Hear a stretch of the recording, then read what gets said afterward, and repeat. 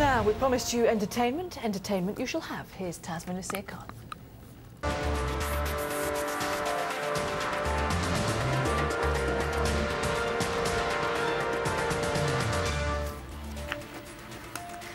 Good evening and welcome to Entertainment 24.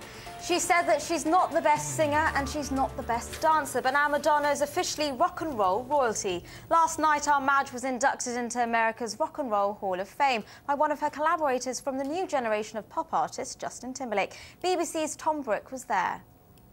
It is one of the true thrills and privileges of my life to stand on this stage and induct Madonna into the Rock and Roll Hall of Fame. Finally, Madonna has become an official member of the music industry establishment. Inducted by pop singer-songwriter and record producer Justin Timberlake, she has joined the ranks of elders in America's hallowed Rock and Roll Hall of Fame. It is a great honor to receive this award, and I'm grateful and appreciative for the acknowledgement that this implies.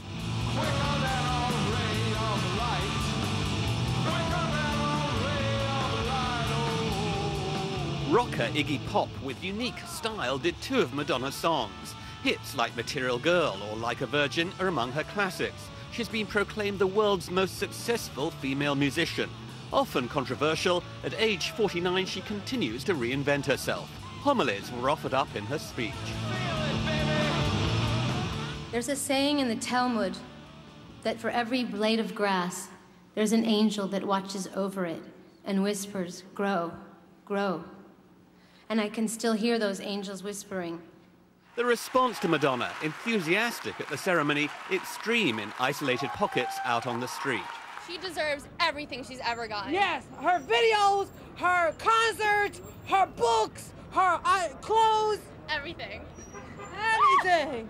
Madonna's the best in the world. Oh my Yes. God. Madonna may have generated all the excitement and captured the limelight at the ceremony, but she wasn't the only music act being inducted. Among the others, a British band who were already enjoying their first hit single when the Material Girl was only 5 years old. The Dave Clark Five, one of the defining sounds of British pop in the mid-1960s, were ushered into the Hall of Fame by big-time fan, actor Tom Hanks. The band were a pop sensation. They sold 50 million records. They notched up 15 consecutive singles in the US Top 40.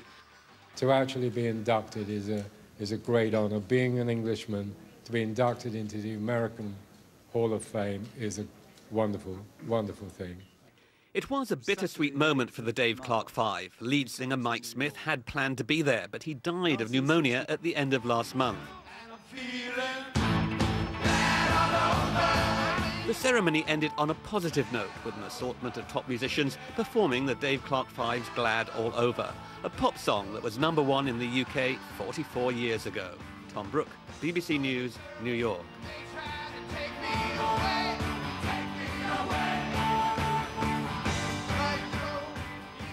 Tom Brooke there from New York.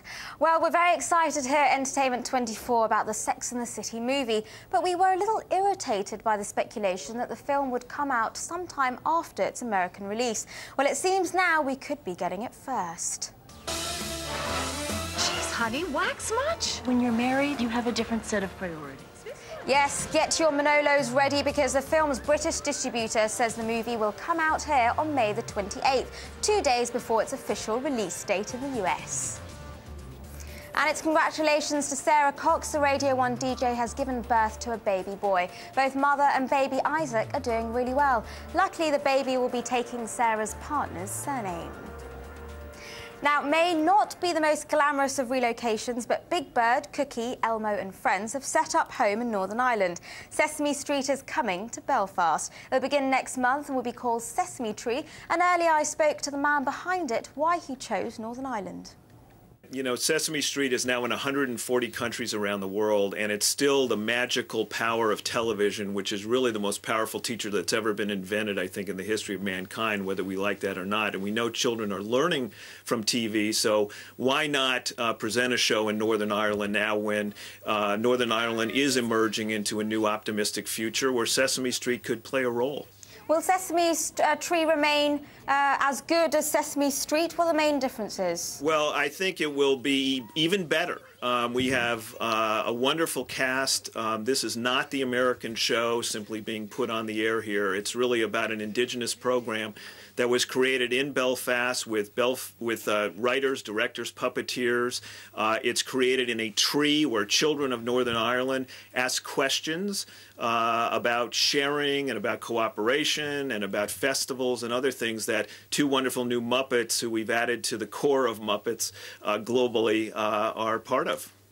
Well, are there any plans to bring it to the rest of the UK? Well, we certainly hope so. And, you know, we have a wonderful relationship with BBC Northern Ireland, and I think it would be absolutely fabulous to not only have this program of Sesame Street shown throughout the UK, but it's also a bit of a megaphone, I think, for the wonderful people and the wonderful cultural traditions here in Northern Ireland, which could be exposed to people in the other parts of the UK. Now, I hear there's going to be a few new characters. Well, what are they going to be like? Well, you know, these Muppets are, you know, they're a little bit hard to control, and even as the chief executive of a global organization, sometimes I can't control them either. And we have these two new wonderful Muppets, Pato, who's a young monster Muppet who told a child today that he went to monster school when asked.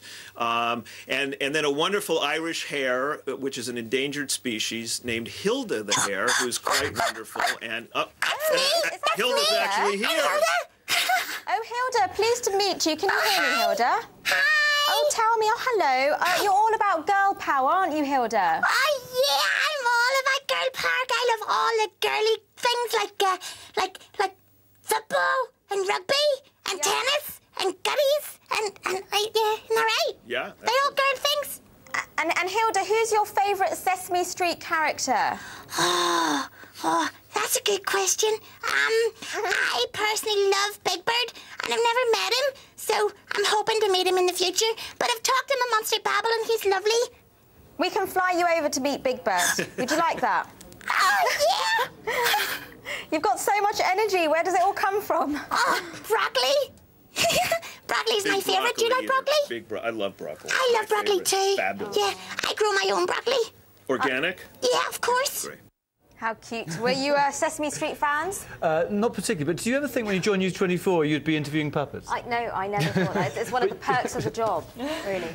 Well, that's all the entertainment news for now. Don't forget, we'd love to know what you think of the day's showbiz story, so email me, e24@bbc.co.uk. I'll be back tomorrow at 6:30. Back to you, Rachel and Tim. Two more Thanks. puppets. Exactly. Get our strings working or again. Muppets. Or Muppets, puppets, it's all good. Thank you, Tasmin. Now, let's be serious. The price of wheat has reached an unprecedented high. Global reserves of the grain are at their lowest for decades, and there's concern about worsening food shortages. Drought and crop failures in the US, Australia and China are among the causes of what's now a worldwide issue. Well, throughout the day, BBC News has been looking at the rising cost of food. Our rural affairs correspondent, Jeremy Cooks, he's been finding out how it's yielding